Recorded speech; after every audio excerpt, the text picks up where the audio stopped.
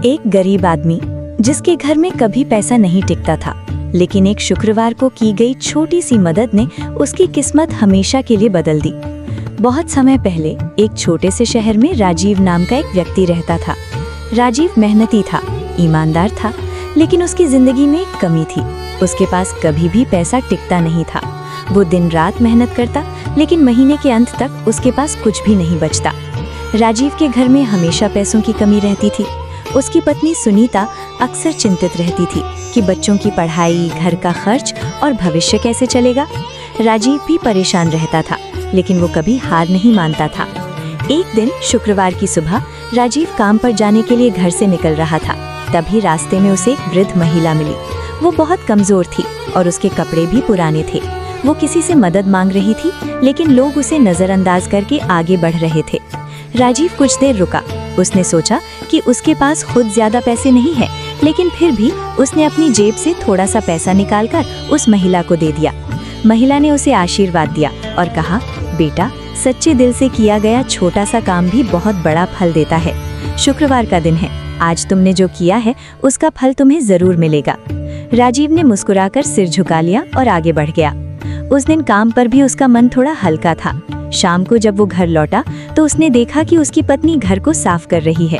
उसने पूछा, आज क्या खास है?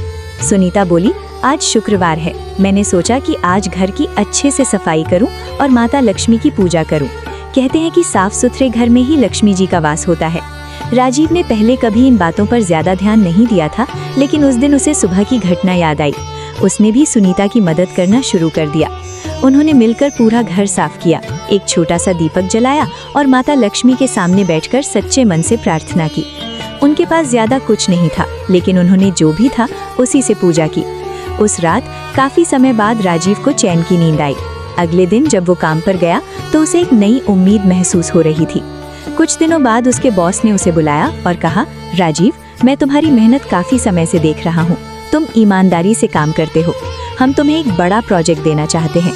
राजीव के लिए ये एक बड़ा मौका था।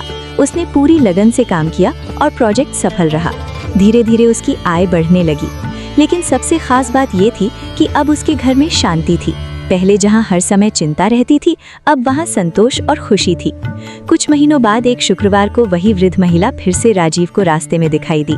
इस बार वो पहले से अलग दिख रही थी। उनके चेहरे पर एक अजीब सी चमक थी। राजीव ने उन्हें पहचान लिया और उनके पास गया। मां जी, आप कैसी हैं? वृद्ध महिला मुस्कुराई और बोली, मैं ठीक हूँ बेटा, तुम बताओ, तुम्हारी जिंदगी कैसी चल रही है?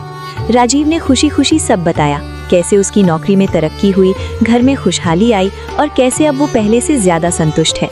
महिला ने कहा, तुम्हें पता है ये सब क्यों हुआ? राजीव ने सिर हिलाया। महिला बोली, क्योंकि तुमने बिना किसी स्वार्थ के मदद की। तुमने अपने घर को साफ रखा, अपने मन को साफ रखा और सच्चे दिल से पूजा की। यही माता लक्ष्मी को सबसे ज्यादा प्रिय है। राजीव ने विनम्रता